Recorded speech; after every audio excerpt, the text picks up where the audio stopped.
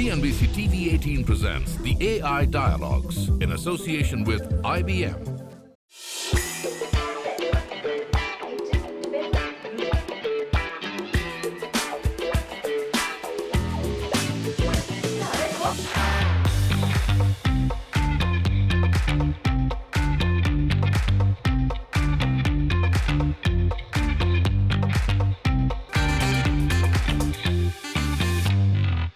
Welcome to CNBC TV18 presents AI Dialogues in association with IBM. I am Reema Tendulkar, and today we're hosting a very special podcast called Revolutionizing Marketing Strategies with Generative AI.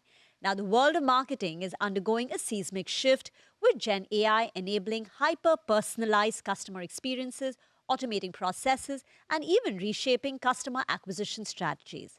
But how can businesses truly harness its potential while ensuring privacy and transparency? To explore this, we have two industry leaders with us. T. Arvindan, Chief Digital Officer at Karur Vysya Bank, who brings deep insights into digital transformation and AI-driven customer engagement in the BFSI sector, and Tuhina Pandey, Chief Marketing Officer at IBM, a thought leader at the forefront of AI innovation. So let's dive into this fascinating conversation. I am Reema Tendulkar, your host for the day. Thank you very much for joining in. Exciting. Thank you so much. Thank you so much. So let me start with you, Arvindan.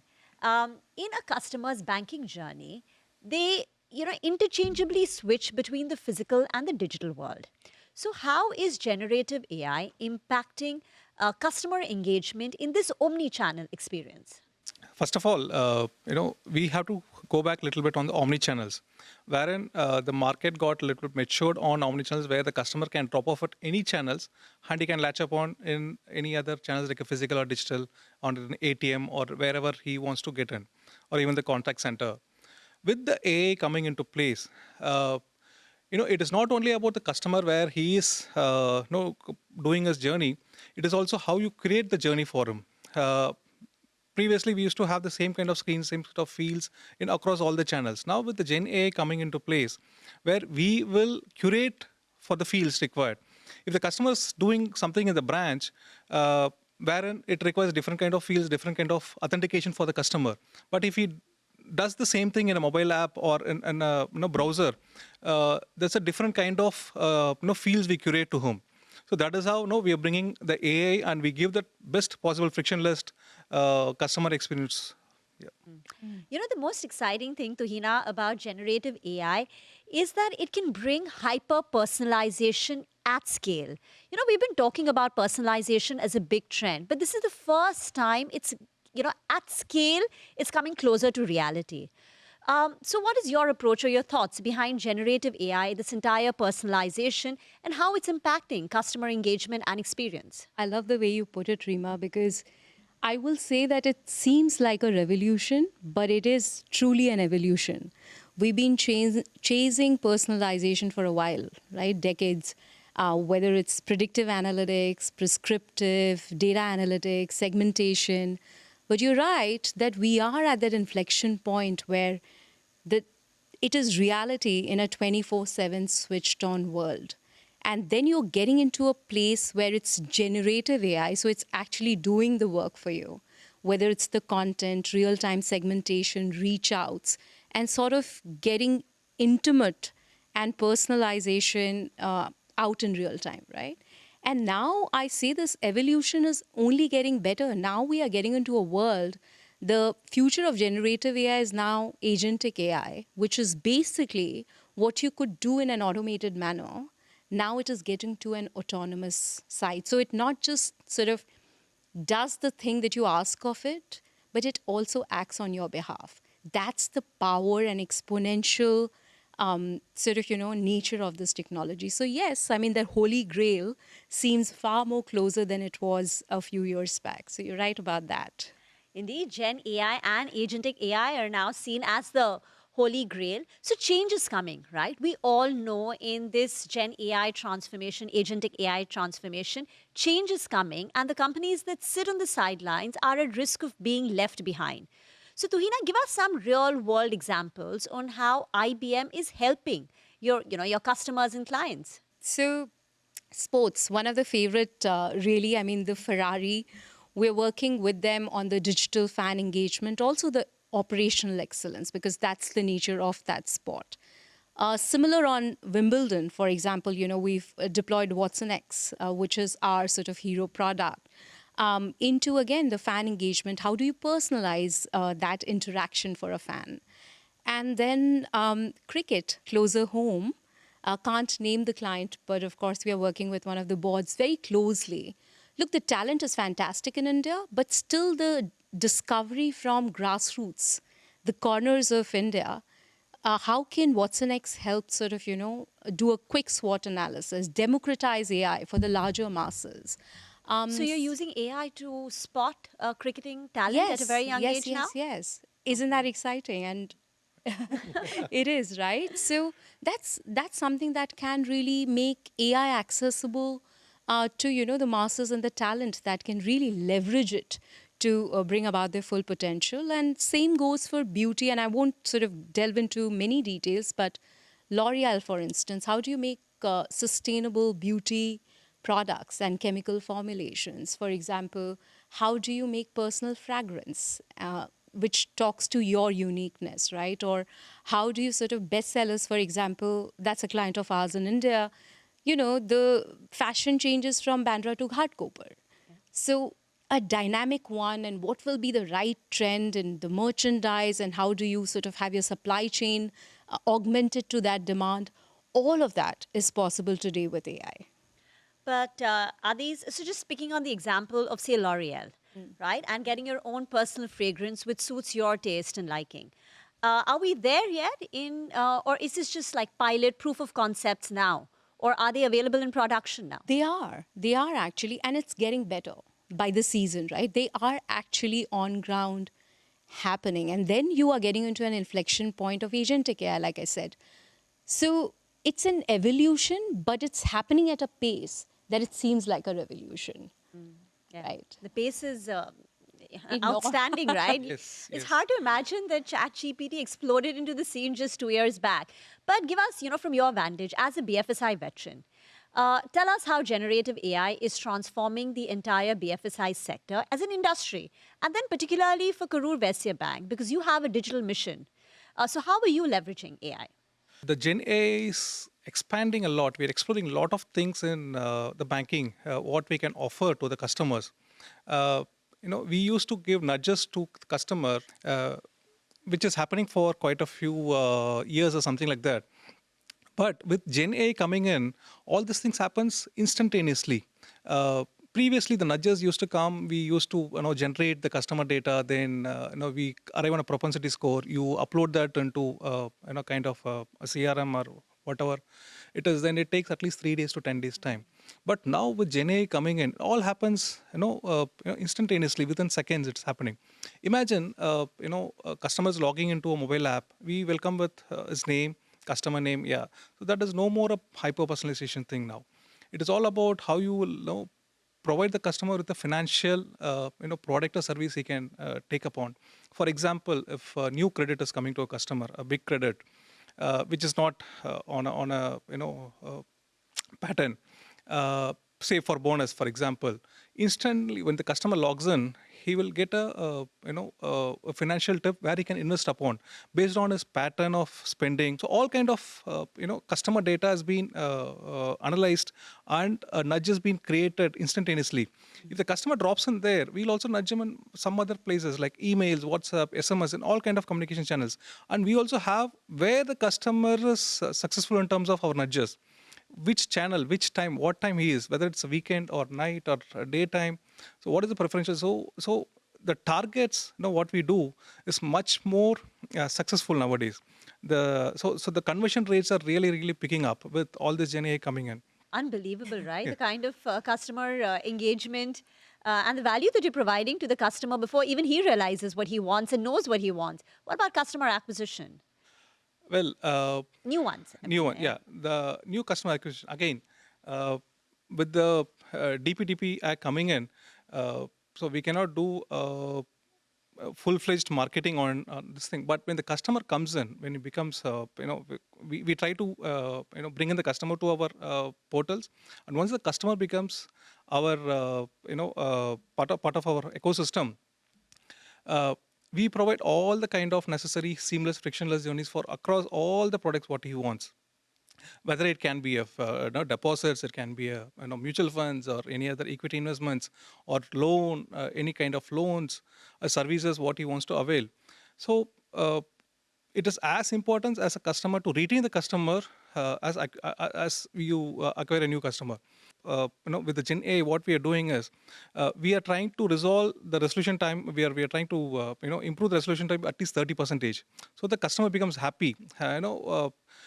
If happy customer will not leave the bank, no. So the word of mouth, what the customer is going to give us the mileage to us. Okay.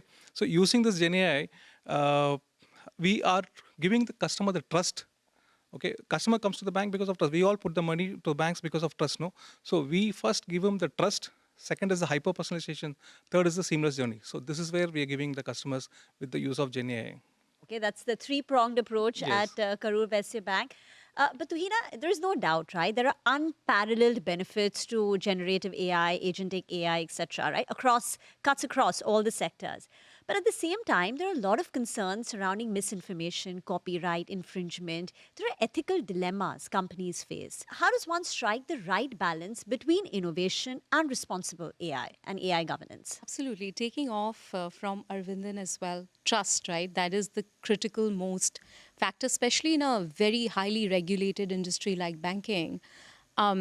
And therefore, one of the things, it's pretty much a mantra at IBM, responsible AI, because you don't want to take 2 steps forward and 4 steps back. And God forbid, you don't want to end up in courts of law either, because it's critical that AI is sustainable and scalable. And for it to be that, and for you to really derive value out of it or long-term benefits, it got to be explainable. You have to see it's transparent, bias-free. It has to be robust. And you should be able to see it, right? It has to be a transparent one. Because otherwise, you are ending in a stage you don't know, you've unleashed it, but you can't really be accountable for the outcomes it's driving. And back to the data part of it, right, which is your day job, but the fact is AI is what your data is. And just to anchor that conversation, less than 1% of data is actually represented in the enterprise models today, Rima. So, we have hard yards to put. We got to make our models more sort of, our data is well represented. It should be all the stuff that I talked about, the features of responsible AI. Only then can you talk about deriving real benefits. Because look at the number of, the pilots which are succeeding. The failure rates are quite the same over last few years. And Arvindan, you can bear me out on this. How high are the failure rates for pilots? It is about, when you do something in a production stage, it's a, controlled environment. Yeah, when you really put it in a production environment, because it back to your data robustness, it's back to your foundational models, it's back to your data representation in your models, right? So responsible AI probably is the only way that you will scale and derive long-term benefits. There is just no shortcut. The hard yards are real. Yes. Arvindan, come in, right? You spoke about trust, you spoke about transparency, and these are paramount for any banking, for any bank, right? What are the guardrails that you are putting in place at the bank? See, the main 3 guardrails what we put is, first is human touch. That is what we're putting in. Wherein, even for a customer or for a staff, they should be thinking that it is always a human touch is available. The staff should not be thinking that they are left alone. AI is going to take their jobs. Customer should not be thinking like, no, I'm not seeing any human. It's only the machine is talking to me. Yeah, there are few regular mundane tasks. It is okay for the customer to get in touch with the AI agent, but something which is very complex, has to be definitely. It will be nice talking to a human counterpart than a machine. Yeah, so that we are doing it. We're doing it in a very phased and transparent manner. That every complex situation comes to a staff, a human staff, and they're going to handle it. So that is one thing. The second thing is, people think AI is a black box. Uh, what is happening inside it or not, because everything is hidden under the code. That is also, we are doing a very transparent approach in terms of whatever decision the AI is taking. For example, a loan rejection or any recommendations given to a customer, it is all auditable and can be introspected. Tomorrow, any regulatory whether internal or external, can come and look at it and understand what is the logics, how it has been done. So these are the guardrails we are putting in our AI policy while developing or implementing any new AI. The human touch and audit. Yes. Right? Simply put, these would be the two. Correct. You spoke about how, whatever output the AI is throwing up in terms of, say, loan rejection, it can be audited. How accurate is the output right now? Just out of curiosity. So what we are doing currently is we do parallel runs. There is a human who does all these things, or existing system who does everything. We have the logics, everything. It's run in the current system.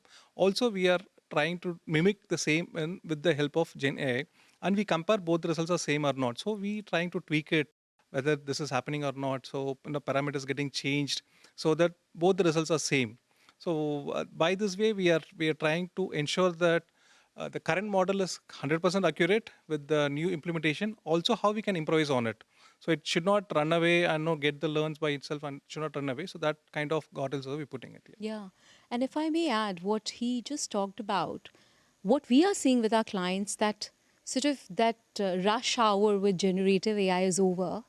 People are now from, pilots to production stage, and they're prioritizing their use cases and where they feel that there's maximum business benefit. So no one is kind of going and full hog. They are super, super focused.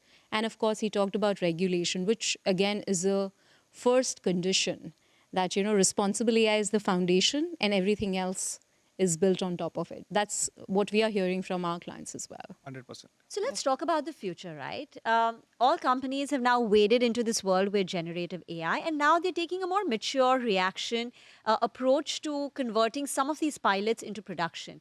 Tuhina, if you had to look ahead and look at the future, how do you see the entire marketing function transform? Oh, I love the crystal ball. So agentic AI is really exciting. And I go back to saying that it's not a buzzword. It really is an evolution. And where imagine an agent who can act on your behalf and do the work for you and sort of learn from the systems of system, right? They have access to the full data. AI is making AI, right? Agents will be making agents. Agents will talk to each other. For us, from a human vantage point in marketing, I think there's never been a better time where you can unleash the creativity in you, your creative direction, responsible AI, the ethics of it. How do you sort of connect the dots? How do you get into the complex problem solving that Arvindan talked about? And let AI do the rest. And then your job is to orchestrate outcomes with that interesting world that we are staring at. So, digital colleagues, AI agents as colleagues in the future, and I'm very excited about that. But while retaining the human touch. Human touch. Right? That's the most 100%. important. Your final thoughts. Definitely, generative AI, what I'm looking at is multimodal AI, where it can integrate everything together like a text, speech, and even the biometric things all put together. So imagine a customer wants requesting something in the mobile app. He can put it. So there are kind of different kind of validations happen. This is the customer, real customer. So we can reduce a lot of fake or fraudulent financial transactions there.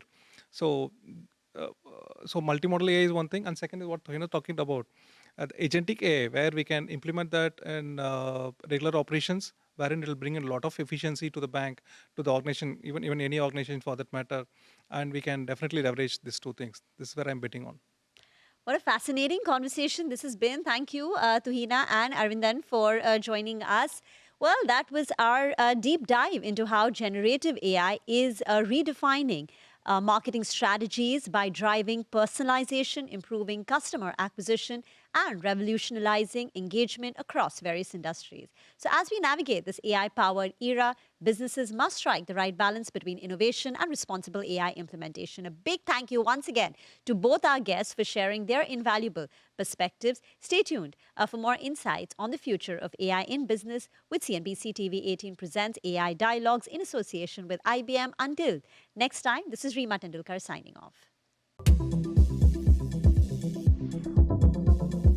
CNBC TV18 presents the AI Dialogues in association with IBM.